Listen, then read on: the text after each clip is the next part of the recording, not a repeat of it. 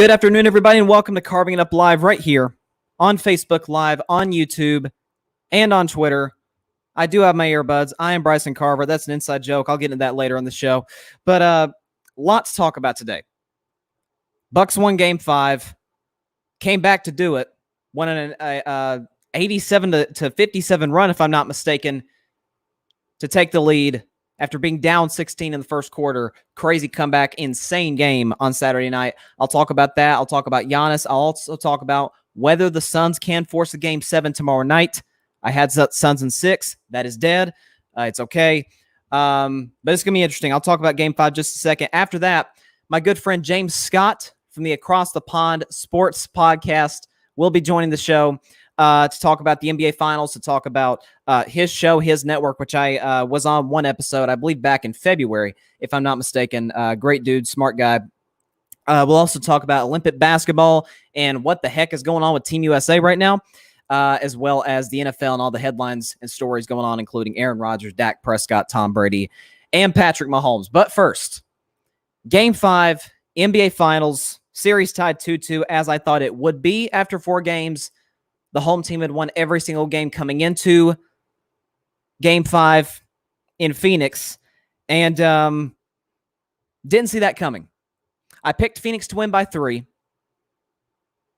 They start 80%. They shoot 80% for the field the first half quarter in the first. And I'm thinking, here we go. This is going to be the same story as games 1 and 2.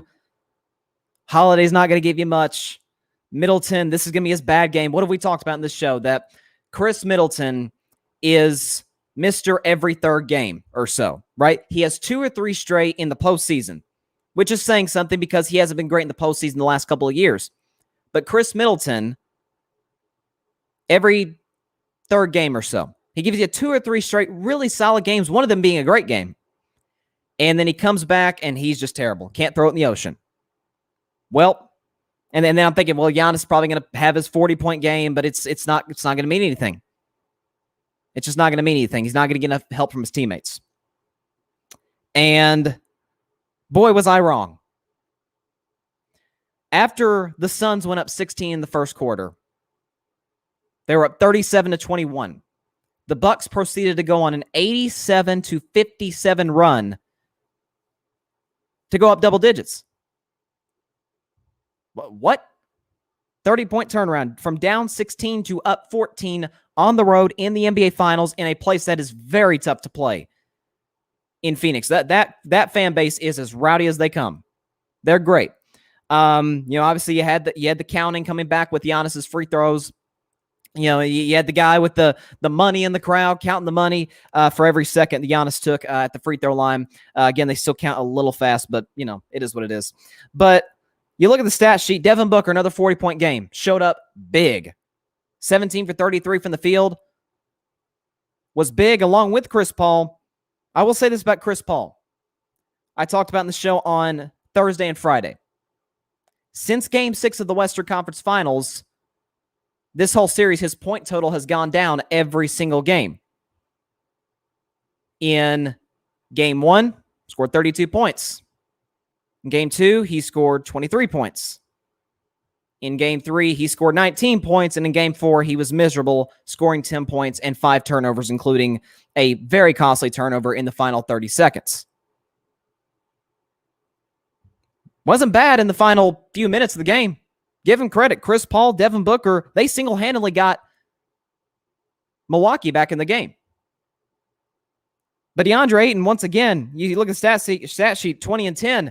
Down the stretch, he was nowhere to be found. He played soft. The big men for Milwaukee, they were all over him. Absolutely all over him. And so when I look at this game, to me, I will look at this as the Drew Holiday game. Yes, Giannis gave you 32, 9, and 6. And I'm about to get into Giannis in just a second here. Middleton showed up big.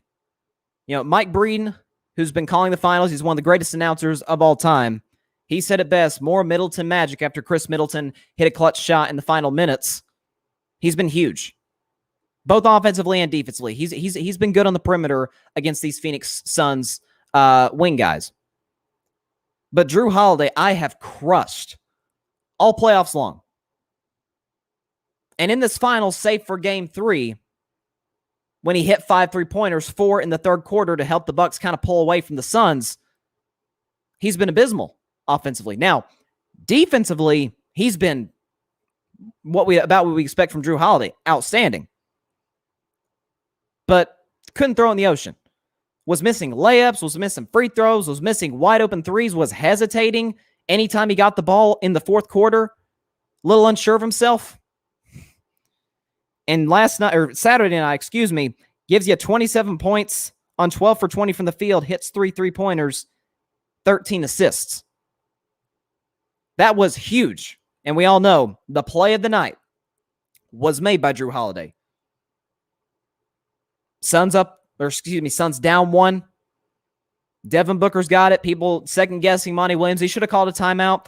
I agree with not using a timeout in that situation. You've got Milwaukee in your heels. You got the momentum. Don't give them time to set up their defense. Yes, Monty's been great at drawing up plays. But I think if you got the ball in the hands of Devin Booker, who scored 40 points, give him an opportunity. Give him an opportunity to go win the game. And I thought he had a good look driving on Holiday for the mid-range. But then he comes in, the help defense for Milwaukee caves in on him. He hesitates, and Jrue Holiday takes the ball right out of Devin Booker's hands. Just takes it from him. That was not a foul. Took the ball straight out of his hands, goes down the court. We're thinking Phoenix has to foul, and Jrue throws the lob to Giannis, who got fouled by Chris Paul. Then Giannis misses the free throw, but it gets batted out. Middleton goes 1 for 2 from the line. Good night. That was a championship performance from the Milwaukee Bucks. I know we've talked about these playoffs. Phoenix probably wouldn't be in the finals in any other playoff scenario. The same can be said about the Milwaukee Bucks. But that was a championship performance, without a question. Now to Giannis.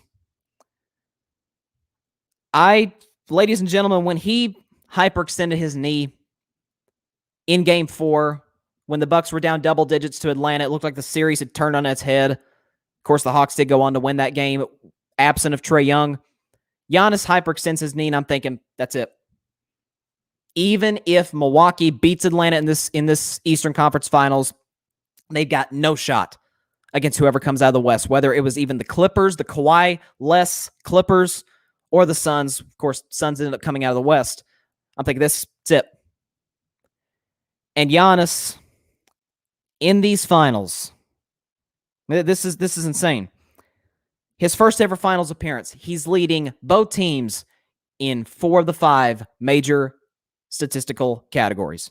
He's leading them in points, rebounds, steals, and blocks.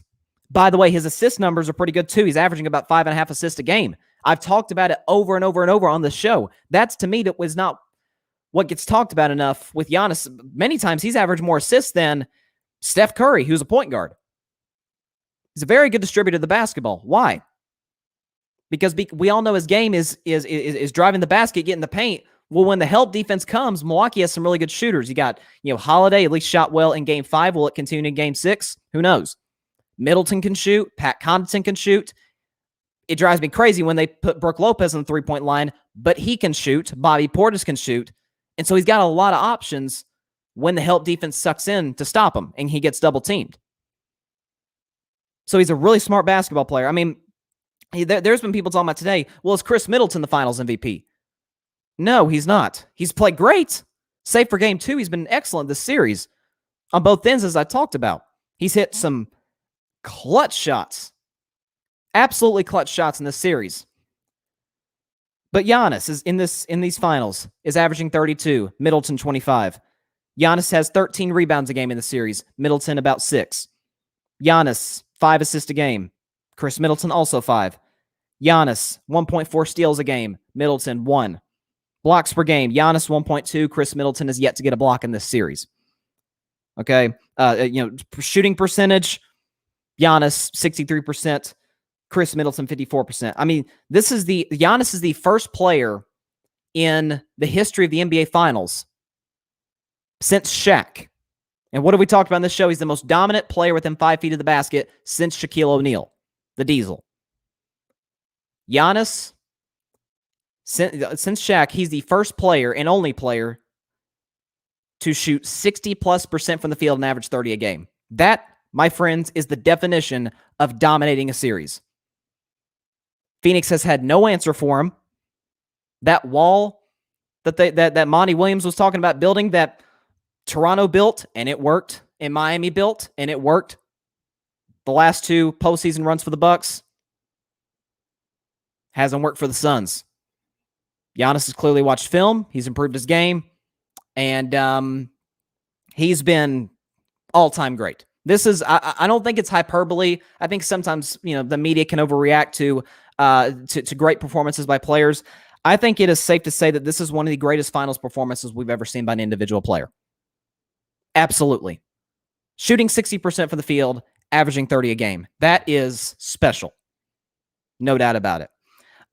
So now joining the show is one of the more unique podcasters you'll ever meet. He's from the UK, but he's a huge American sports fan, covers each individual major sports league on the Across the Pond Sports Network. I have been on the NBA show that they have.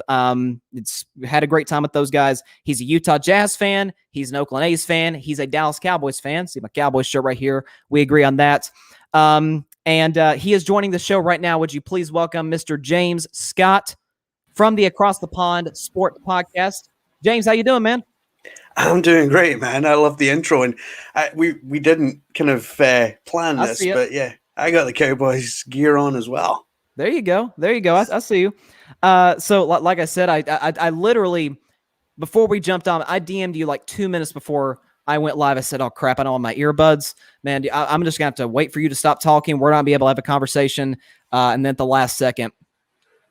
So thank God. But that could have been dangerous as well, because I'm Scottish and we talk really fast. So you could have been in a world of trouble. That would have been brutal. But let's talk about, before we get into anything, talk about yourself and talk about the Across the Pond Sports Network.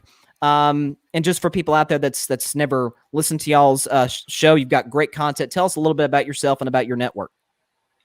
Yeah, so actually this time last year, some friends of mine set up a podcast. They didn't invite me, so I decided to start my own. And it launched on the 31st of July last year. And it just started off as me monologuing.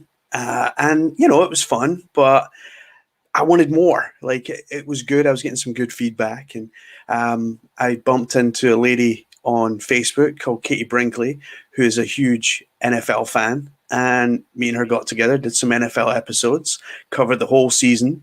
And then you came on our NBA show, and when we kind of went with that. And what I found was that covering all of American sports under one podcast was just too much. So we actually kind of branched out, and we started Across the Pond NHL podcast in January. And that went really, really well because we'd niched down to the NHL. And so that's what we've been doing ever since. So right now we have Across the Pond NHL. We have Across the Pond MLB. Those guys are recording right now.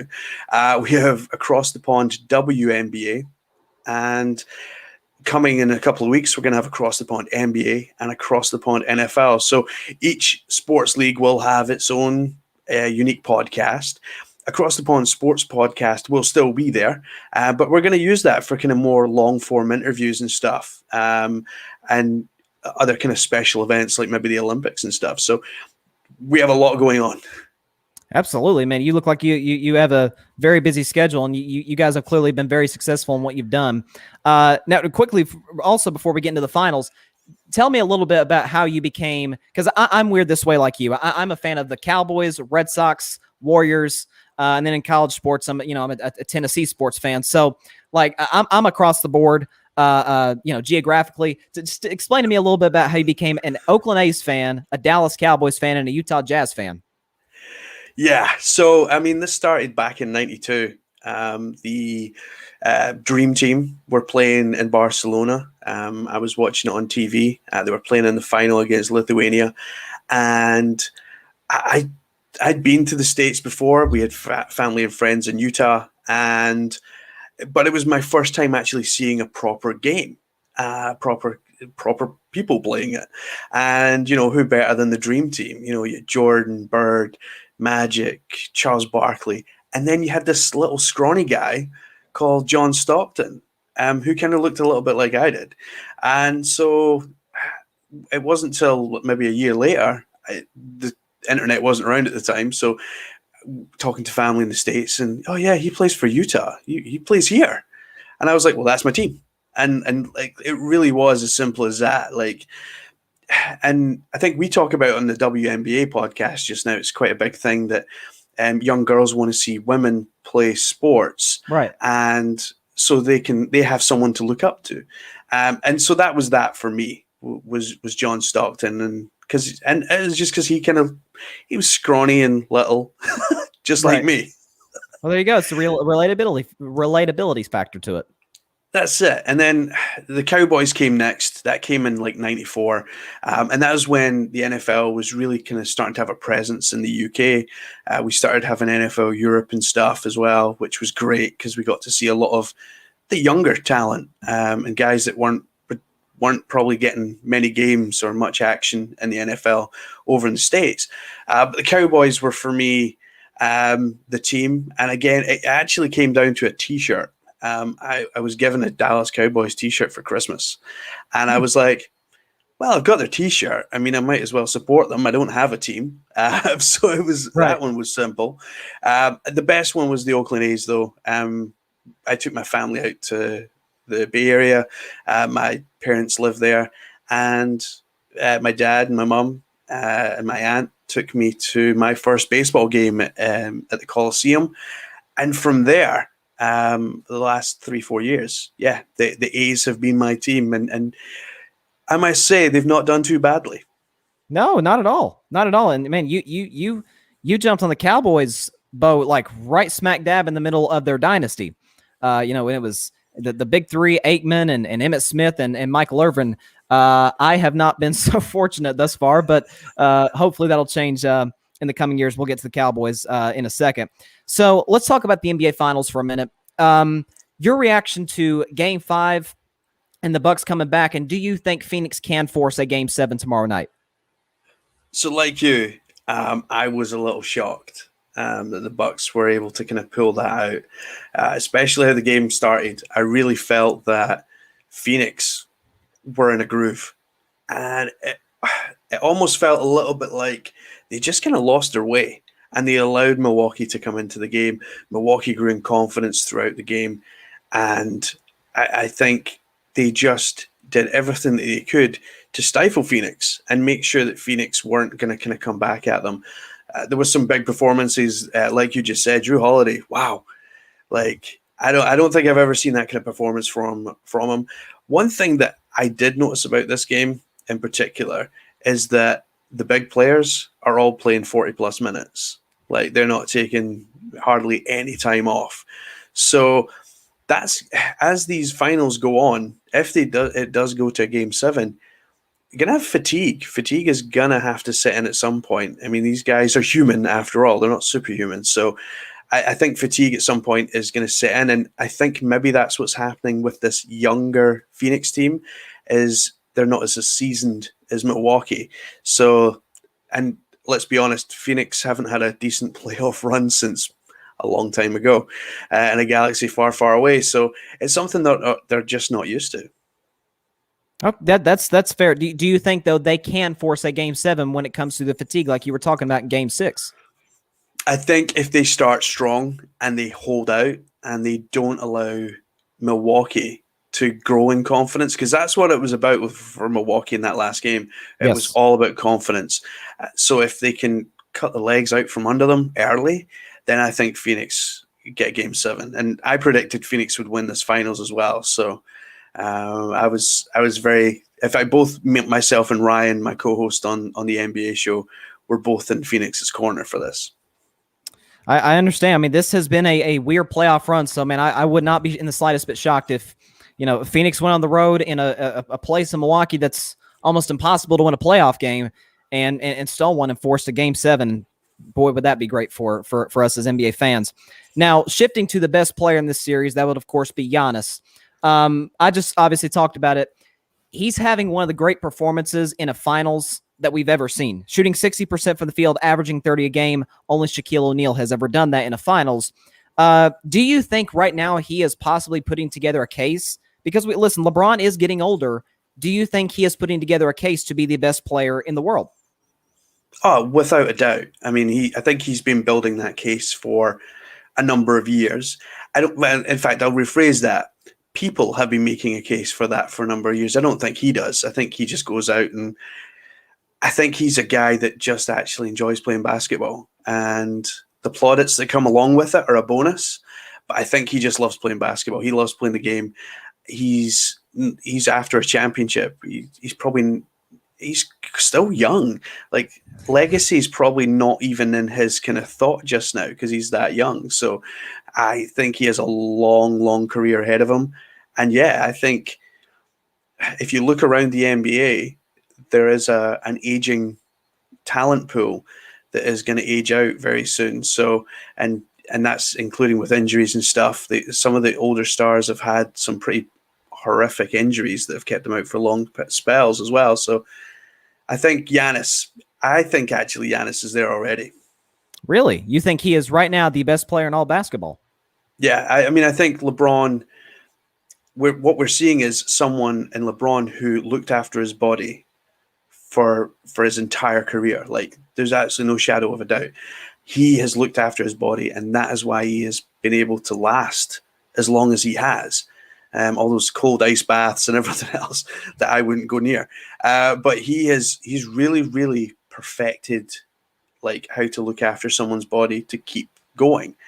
But Father Time is undefeated, and unfortunately, I think with the small niggly injuries that he's had, especially over the season, I think that maybe that's starting to catch up on him now. That's a good point. I think I agree with you. I mean, we're seeing some of the press conferences. We're seeing some of the mic'd up. I think Giannis he's shown me in these playoffs and especially in these finals, he's made of the right stuff. Like, he's got the leadership. He's got I've heard this saying before, humble but hungry. Like, he's humble, Yeah. but man, he is a killer once he gets out there. And he's got all the makings of a superstar, and he's playing the best basketball of his career. And like you said, what's scary is if he's in his prime, it's at the very beginning because he's got a lot of great years left in him. And so it's great to see how he's developed his game in the last few years. Now, before we get to Team USA and just Olympic basketball in general, talk about your Utah Jazz for a second. Now, they obviously their season came to an abrupt end in the second round against the Clippers. They're actually going through the Suns are actually going through similar to what the Jazz went through, having a 2-0 lead and losing 4 straight. Of course, that's to be determined tomorrow night with the Suns. I love Donovan Mitchell. I think he is building a case to possibly be a top 10 player in the league. I just don't know if he has the adequate help in Utah. I've talked about in the show, I think trading Rudy Gobert, as great of a defensive monster as he is down low, he doesn't give you really much else. What do you think the Jazz have to do to put themselves into the championship conversation in the Western Conference? Well, I mean, I think they were in the championship conversation during this season, but when it came to the playoffs, unfortunately, what we've seen in the last few years is we can only get so far. And Donovan Mitchell and a lot of stars this year were hurt and playing injured and everything else. So trading Rudy Gobert, saying it is one thing, but it's all going to be dependent on what you get back. Yes. And obviously what doesn't help and what really ticks me off as a Jazz fan is when you see kind of lazy reporting from guys like Brian Windhorst who say Donovan wants out of Utah. And like, I don't think that helps because I think that puts the fan base kind of on the back foot. Oh, hang on, like, he's our biggest guy. Like, he's our star. Like, we want this guy. And much like Gordon Hayward obviously left to go to Boston to play for Brad Stevens, who had been his college coach. But like, the Jazz have done so much to keep Donovan. So they've brought in guys like Dwayne Wade. Dwayne Wade is now part of the ownership. So I think lazy reporting like that from ESPN doesn't help because I think it then gets out there and it just breeds discontent. And then other players on the roster start thinking, well, if he's going, then there's not much point on me hanging around because we're still trying to re-sign Mike Conley just now. So I think we do need and I hate to say this because I love him, but I think Rudy has maybe had his time. I think the way that the center position is played now, if we maybe, and I hate to say this as well, bring in Cat from the From Timberwolves, Minnesota. yeah, that would be someone who, I mean, his attitude would need to change. Like in terms of defense, his attitude would need to change because Quinn Snyder just wouldn't put up with it, and he would have to play defense because that is the way the Jazz are built. But that is something that I don't know if Utah can get rid of Rudy. I think it's difficult to get rid of someone who's a 3-time Defensive Player of the Year. I mean, look at Golden State Warriors; they're still hanging on to Draymond Green. I would say this though about Draymond, he is, I would say, a little more versatile. Like it isn't just defense with Draymond, right? He initiates offense, and so that's obviously, you know, there's a lot of reasons they're keeping him around. But you know, I definitely get what you're saying about Rudy Gobert. As I have a comment from my good buddy Barry Grant Jr. from the All Even podcast, someone else who agrees with me on Rudy Gobert.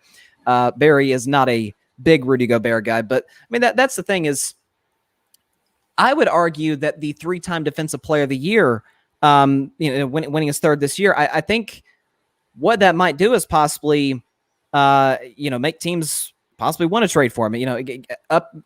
What's the right word I'm looking for? Like, make his trade market a little bit better than it maybe would be if he, had just one of those three. And so, Cat is more versatile. Karl Anthony Towns. Like you say, he's versatile. He can shoot the basketball. He will obviously have to play defense, which he certainly has all the physical abilities to be able to do. That'd be interesting. But again, Utah does have a guy who is a borderline superstar in Donovan Mitchell, and you got to make sure you keep him. As my man Ryan from Clutch Sports Talk says, Rudy got to go, and Mitchell needs another score. Yeah, I mean that's what we saw, especially in Game 6. I mean, Donovan was just scoring at will against the Clippers just to try and then keep them in it. I think consistency. I think consistency, because Bogdanovich was supposed to come in and be that extra scorer, and I just don't think he's been that consistent. Like, I think initially when he first came in, he was that kind of second option, but then he just, this season he's just been so inconsistent that you couldn't kind of tell which Bogdanovich was going to come in, one that can score 30 or one that's going to score 3. That's a difficult one for the coaching staff, and it's something that we ended up relying on Jordan Clarkson to come in and produce minutes, and that's a guy coming off the bench. And I think Joe Ingles is getting older. I love Joe Ingles. He's one of my favorite Jazz players of all time, just because of his attitude. And but even he is getting to an age now where it takes him a bit longer to get up and down the court. Happens, but I really hope that Donovan stays, and I think he does. I think the Jazz have done enough for him to make him comfortable, and bringing in guys like Dwayne Wade and stuff, I think it only kind of strengthen that, because then he's got his mentor there with him, and they can start to build a team around him. Maybe there is a mini rebuild on the cards. It will be interesting to watch Utah this offseason and the upcoming offseason, because he is now on a long-term deal, and they gave him his money. So let's talk about Team USA and just Olympic basketball in general. As a proud American, I have been very disappointed in my guys, KD and Damian Lillard, and unfortunately Bradley Beal is now out with COVID. Jason Tatum and Draymond. Do you think they will actually get upset? Do you think there is a team? Because I really like Australia this year. Do you think there is a team that can upset them and win gold? So I said this on our podcast. Ben Simmons is a fool. Ben Simmons has the best Australian team there that they've had in years, and that could actually medal, and he has decided to stay home. You're right. Australia are still an exceptionally good team without Simmons, but I think Simmons puts them over the line. And my co-host says, they're, Australia are guard heavy. Don't play him at guard. play him wherever the hell he wants. He is Yeah. a talented player, and I think he's had a rough playoffs. He spat the dummy, and he's thought, "I'm not playing anymore. I'm going to go work on my game. I'm going to do some Instagram videos or something, rather than go and actually play." Because I actually think that playing competitive basketball is better Yes. than doing Instagram videos. I do Instagram videos, but then I'm not that good at basketball. So I really am sad for Australia, because I really think that he would have tipped them over the line. That's really interesting. And I'll tell you, you look at Australia, you're looking at guys like Patty Mills, you're looking at guys like your man, Joe Ingles, who was just, excellent against the red, white, and blue last week in the exhibition game. And so I think Australia is probably their biggest roadblock. Not Nigeria, obviously they had the upset of exhibition play, beating them that first game. But I think a second go round, Team USA probably wins by 20. They're reminding me a little bit too much of the 2004 team. That you need the 2008 Redeem team to come in and clean up that mess. But I totally agree with you though on Ben Simmons. And those that have watched the show know that Ben Simmons drives me absolutely crazy. He's got about every God-given gift that a basketball player could have. He's an elite rebounder. He's an elite defensive player. He's a great distributor of the basketball. But compare him, say, to a guy like Lonzo Ball. Both guys came into the league with the inability to shoot. Lonzo's now a 38% three-point shooter and has completely changed the look of his jump shot. Ben's the same guy. I agree with you completely. I love the Instagram videos, little anecdote you dropped there. But yeah, playing competitive basketball. I mean, there's not. It doesn't get a whole lot better as far as training than that. So, man, Ben just drives me crazy. Barry says Ben Simmons just seems to disappoint everyone. Yep. That's it. Sounds right. That's it. All right, so let's shift the NFL now. Obviously, the number one story of the offseason has been Aaron Rodgers. After Adam Schefter reported on draft night, he's not happy. He wants out of Green Bay. A lot of stuff has come out since. You're having teammates saying they think he'll be back. You're hearing pundits say they don't think he'll be back. Do you think Aaron Rodgers is the Green Bay Packers quarterback in Week 1 against the Saints? So first of all, he's been angry for more than the last 5 minutes. I mean, he's been angry since last year's draft, when they drafted a quarterback, and he was kind of like, "I need a wide receiver. Like, you're giving me a quarterback. What am I going to do with him?" So I think he's been angry for a while, and I think the Green Bay Packers did so well last year because he was angry. Like, we really seen him kind of play with intensity, something that he's not always kind of famous for, but he played with a level of intensity.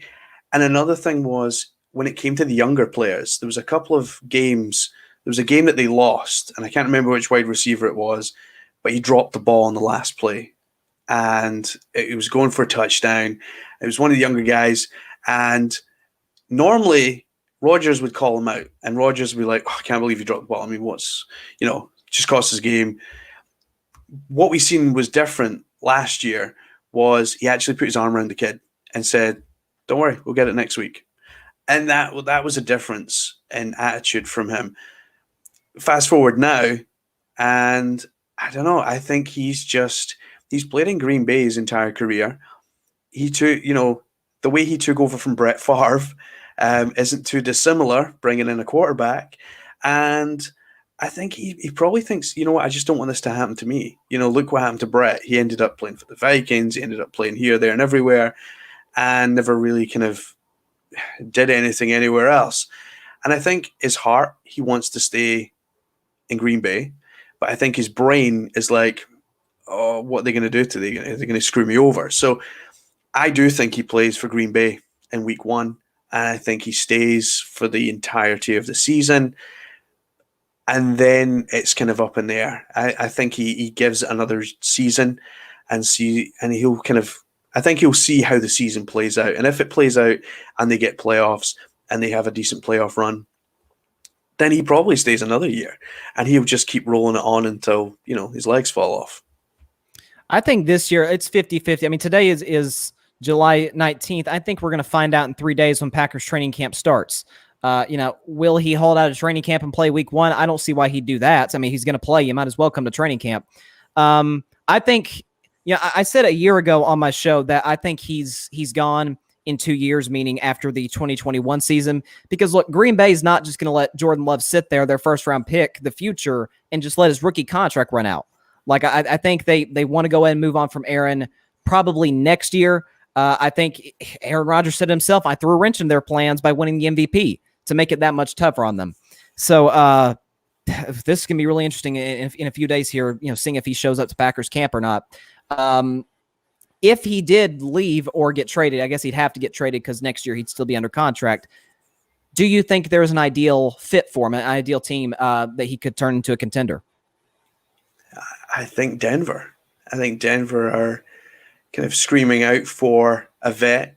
I think in previous years they've shown that if a vet quarterback comes in, they can help them win. So and I just think that Denver is a nice landing spot for vets that play quarterback, because for some reason they managed to put decent teams around them that can win, and it's almost be like a last hurrah before they retire. So I think that would be a good place. I don't actually think he'll end up there. I think he'll end up somewhere where he can just start and not have to worry about kind of media and teams, and he can probably just chill out for a couple of years, much like Brett Favre did. I mean, Brett Favre kind of just faded into the distance. I think he'd want a bit more of a fighter's chance, but I think he'll go somewhere where it's a bit quieter.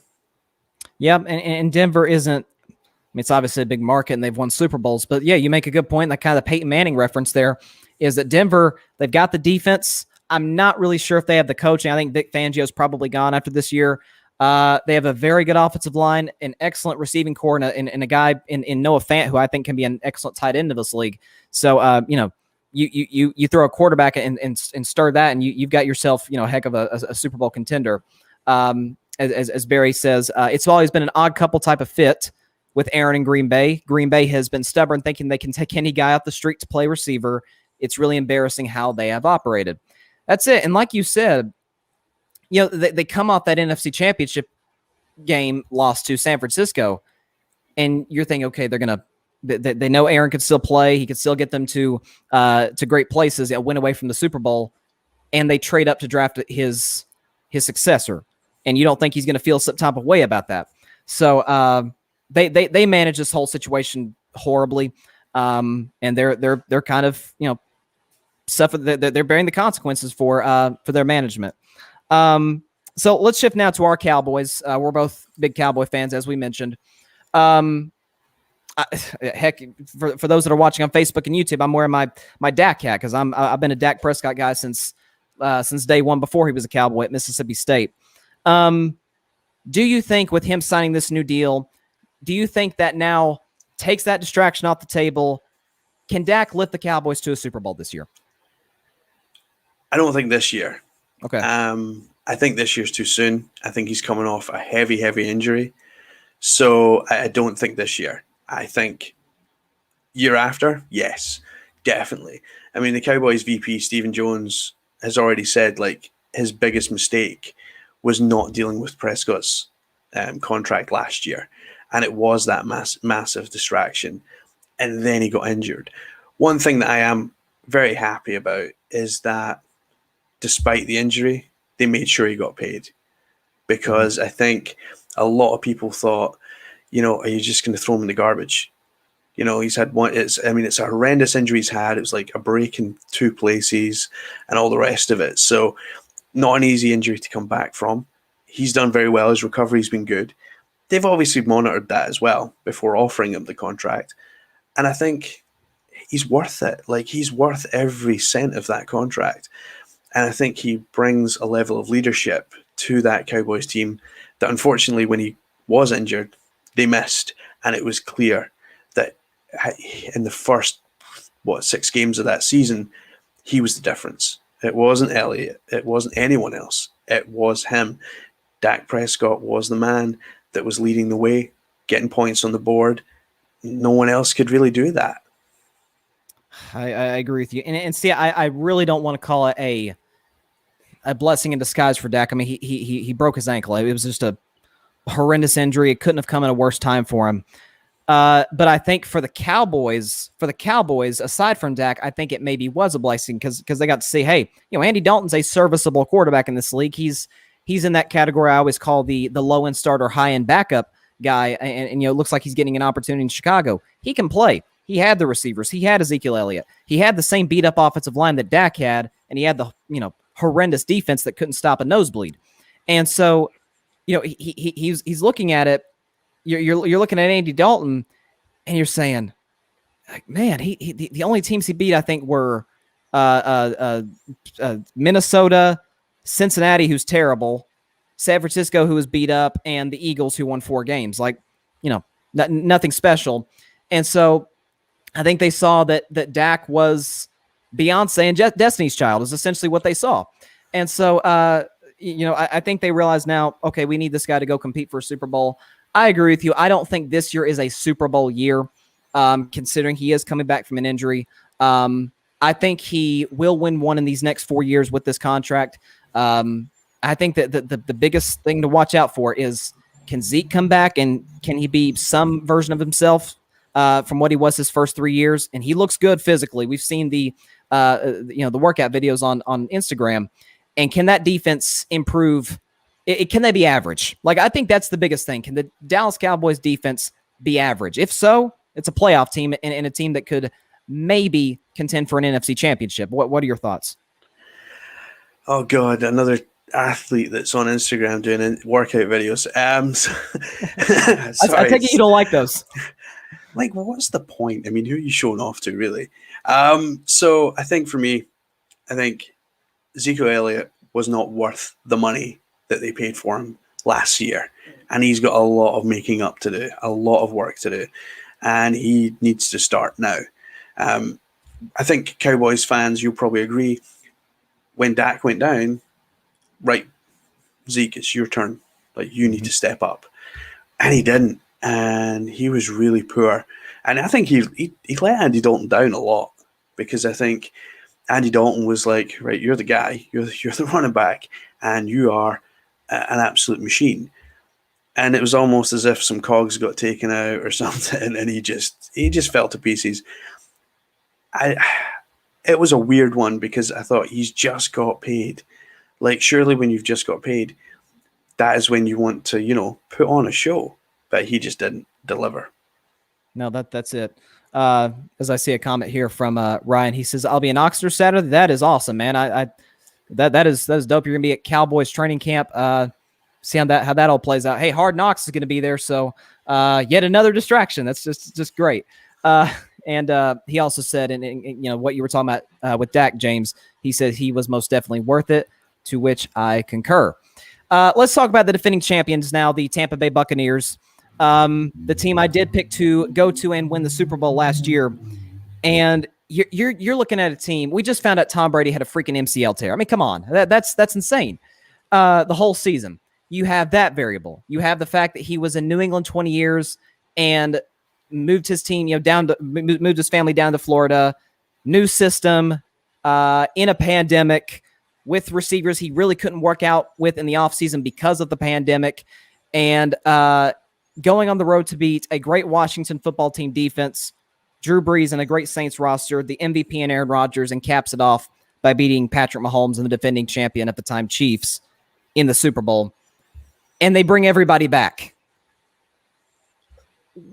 I hate to say, what do you expect of Tampa Bay, because they won the Super Bowl last year, but do you think they can or will go back to back? I don't think they'll go back to back. I think they'll have a long playoff run. I think they'll make the championship game. But here's another guy who's aging. And the first half of the season last year, he was terrible. Like, he was overthrowing his receivers, underthrowing receivers. It took him the first half of the season just to get into rhythm. Now, luckily, they did manage to pick up some wins. And then, obviously, second half of the season, you did see him kind of find a rhythm. Now, obviously, he'd been playing in New England for his entire career. So maybe the sunshine got to him a little. And so it wasn't until the kind of cooler months that he settled in. But I think he I think he comes out. I think he has a great year. I think he has a Tom Brady-esque year from the start this time. I think they have a good record at the end of the year, and I think they really do push for the playoffs. But I think they'll fall short because I think, and I hate counting out Tom Brady because like he always bites you in the ass. But Mm-hmm. I really, you're giving me that look as well. But I really do think that Tampa got quite a bit of luck last year in the way the chips fell and some of those early games. And I think Tom Brady, with all of that around him again, do they do it? I just can't see it. I think it's a shot too long. Okay, that's I understand. I just think the thing I look at, and look, you and I both know, like every champion, whether it's Super Bowl, NBA Finals, whatever, in any sport, luck does play factor into most, if not all, championship runs. So you do need, you can't just go through the season, everybody gets hurt, and you're coming out holding the trophy at the end. I just think with Tom, it's a more normal off season. He's got a rapport with his receivers. They're bringing literally every starter back, which has been done by a Super Bowl champion since the 70s. They are going to be a force to be reckoned with. And, Tom Brady's also healthy now. So that is going to be something else. Who's taking the pay cuts, though? Because, it's expensive to bring a championship team back. It is difficult. They did give Shaq Barrett his money. I believe Antonio Brown, which, wasn't going to take a ton of money to bring him back, but he took a slight pay cut. Who else? And Ndamukong Suh did. A lot of these guys we thought were going to leave, go get their money, and Tampa Bay was going to have to probably rely quite a bit on the draft, and they didn't have to do that because everybody's like, you know what? Most of these guys are veterans. They've made their money for the most part. They're like, man, let's just go rack up some rings with the greatest quarterback of all time. So Tampa is going to be probably the team to watch next year. Now, to the team that they beat in the Super Bowl, Kansas City. I'm not liking this 20-0 talk I'm hearing from them because I remember the exact same thing last year. You had Tyreek Hill, Frank Clark saying, using the old LeBron quote with the Heat years ago, not one, not two, not three, not four. I think one day at a time. Tom Brady's got now 7 rings because he takes it one game at a time, 1 year at a time. And it feels like Kansas City wants to jump the gun on them becoming a dynasty. And now they're talking of 20-0. Do you think they will win the Super Bowl? Do you think they'll go 20-0? I think they make the Super Bowl. Whether they win it, I'm not entirely sure. But I think when you start talking 20-0, I think you kind of set yourself up for a fall because you go out week 2 against whoever they're playing week 2, and they fall. And you've set yourself up for massive failure. I think all sports stars, all athletes have some level of arrogance. I think this is probably just a step too far. I think this league is exceptionally difficult to go unbeaten. We've seen it. We've seen teams try it. We've seen the Pittsburgh Steelers last year. They tried it. They couldn't get over the line with an exceptionally great team that they had. But injuries play a part. Because this is the thing. Like Patrick Mahomes goes out week 3, and he gets a bit of a knock, so he takes a couple of games off, and those are the games you lose. So I think it's arrogant to predict that you're going to win 20-0. I think on the flip side of that, however, it's good to have a goal, and if their goal is to win 20-0, that's fine. But to come out and say, yeah, we're going to go 20-0, I think that's short-sighted. It's nice to have a goal, but I think you need to also live in reality. Yeah, no, it's a tough, and listen, who they got in week 1. I think they had the Cleveland Browns in week 1, and we know Cleveland, considering what they did last year and what they're bringing back and what they added in the offseason, they're going to be a force to be reckoned with in the AFC. And so you could have Cleveland coming in there thinking, oh, okay, they're talking about 20-0. Let's just go and get the 1 off the board and put that talk to bed. So they are obviously they're in the championship picture, with the greatest quarterback that we have in the league right now, Patrick Mahomes, a great offensive mind, and Andy Reid and all the weapons that they have. But I see the comment here from Barry Grant Jr. He says the Chiefs better be careful they don't turn the Bills. I assume by that you mean the Bills in the 90s. going to 4 straight Super Bowls and going over. And so, obviously the Chiefs did win in Super Bowl 54 against the Niners, but they need to back this up, because I've had this thing on my show since we first began. Anytime an athlete or a team has said something that could be perceived as, like you said, maybe arrogant, back it up, or we're going to crush you, for it. And so that'll be interesting to see. Last quick question. It's not really a question, but tell the people out there where they can find your show and where they can listen to it, because it really is great content. Awesome, man. Yeah, so you can listen to us on our website. We've got a website even, atpsports.net. We've got the links on there so you can listen to it online when you're on the site, and you can check out who the hosts are. We've got some bios on there and stuff. And wherever you listen to podcasts, you will find us. So Apple, Spotify, all these places. Just search Across the Pond. And whichever sports league you follow. I mean, the WNBA one has been ultra popular of late. We're only 6 episodes in, so when I say of late, like we've not long started. It's still a baby show. Still a baby. And we've got a former All-Star as a co-host, and Michelle Snow, which is pretty awesome. And this week, we're going to have Courtney Williams, who's a WNBA All-Star, who beat Team USA in one of those friendlies before they ship out to Tokyo, which was great. I mean, in fact, I'll ask you this. Have you ever seen an All-Star game where defense is played? Because I watched it over the weekend. Loved it. They played defense all the way through.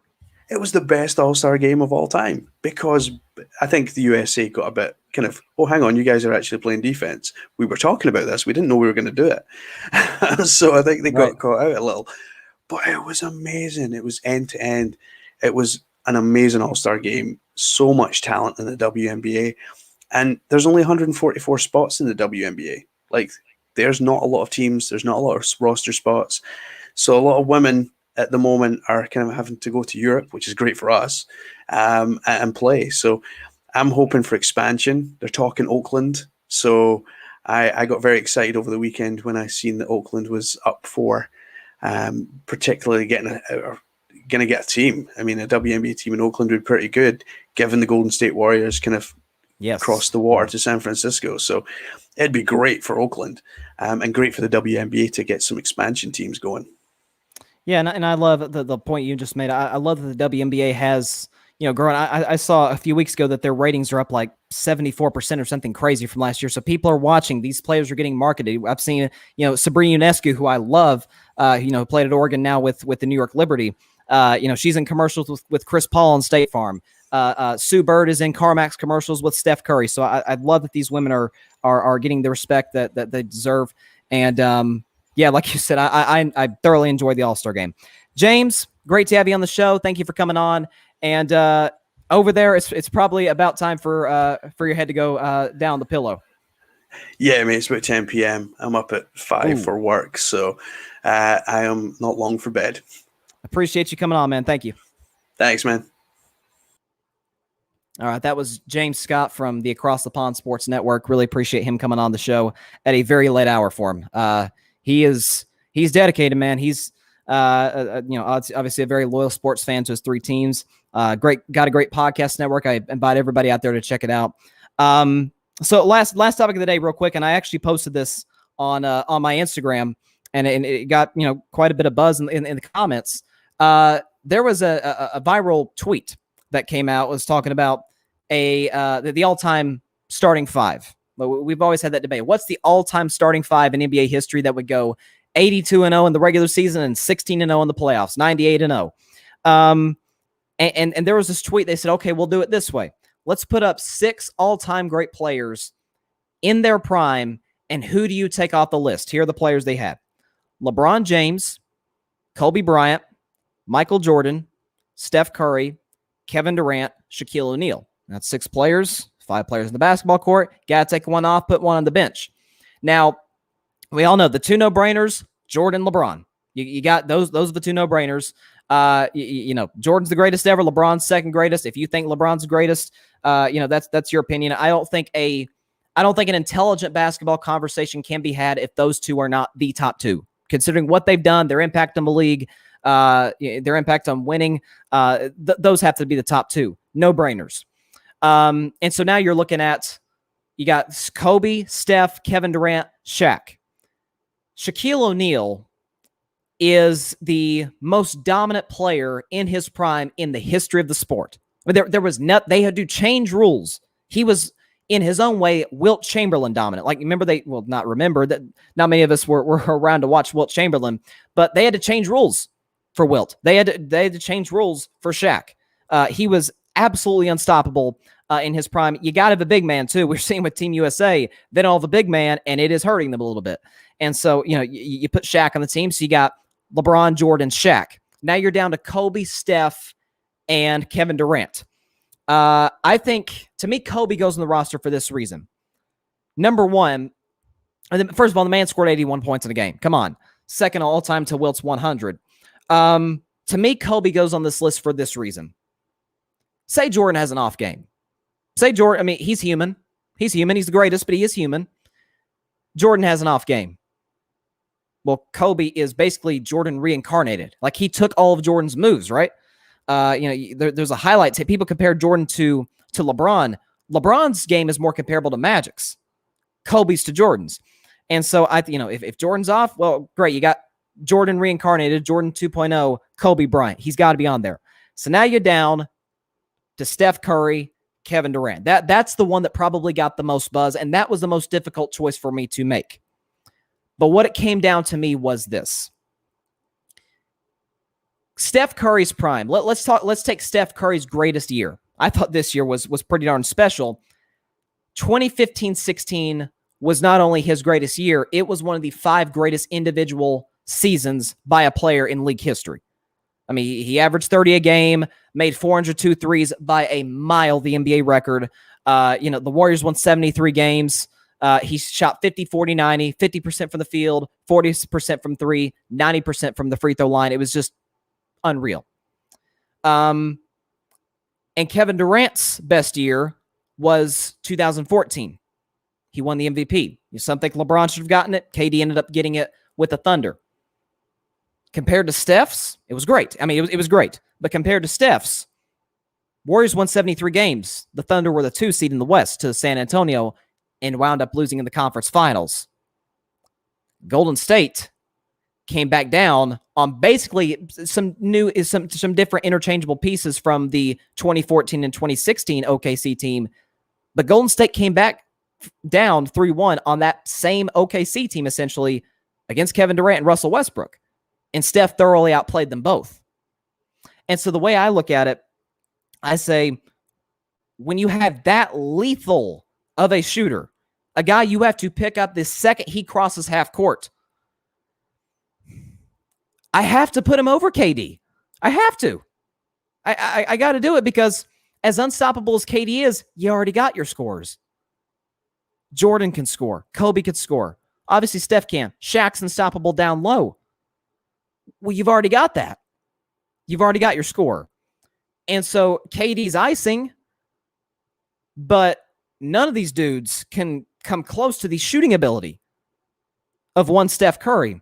And so I put Steph on this list. So my starting, I exclude Kevin Durant slightly, but it is a brutal choice.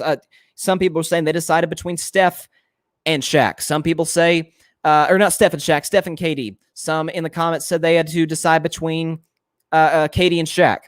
I'm giving Steph the slight edge because his prime was slightly better than KD's prime. And just look at their overall resumes. KD's got 3 rings, or excuse me, Steph has 3 rings, KD has 2. And those 2 that KD won, they came with Steph. Okay? Steph's got 2 regular season MVPs, one of them unanimous, KD has 1. Steph, as great as KD is, and he'll go down as a top 15 player ever in my mind, Steph literally changed the way the game is played. The game is played different now in 2021 than it was in 2009 when Steph first came in. Not saying he changed the league that first year. Obviously, he didn't. But he literally changed the way basketball is played in the NBA. I see in college.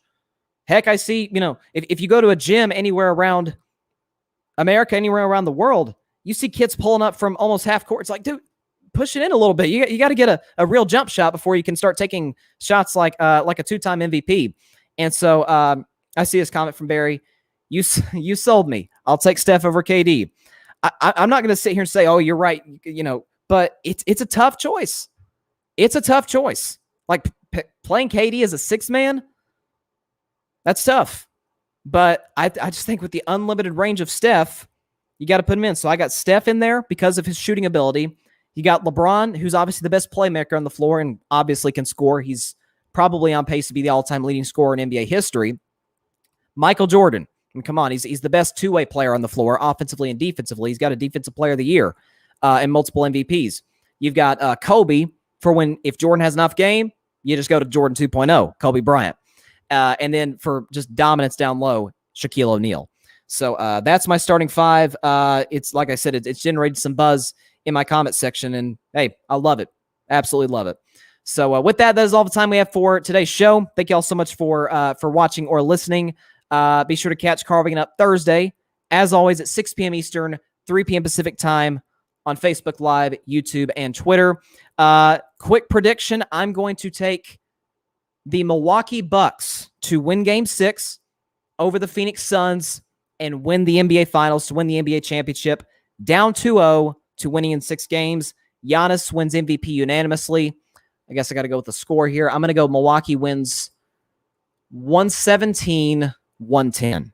I don't know what the line is right now, but I would assume they've got Milwaukee probably about -5 or so. So I think Milwaukee covers. They win by 7. They win the finals. Giannis is the finals MVP. So that's what I got. Game 6 tomorrow. Definitely going to react to it on Thursday, along with a lot more regarding the offseason. And if we get a Game 7, great. I'm all here for it. But I think Milwaukee closes out tomorrow. So have a great week, everybody. See you on Thursday. Stay safe out there. God bless you all. Peace out.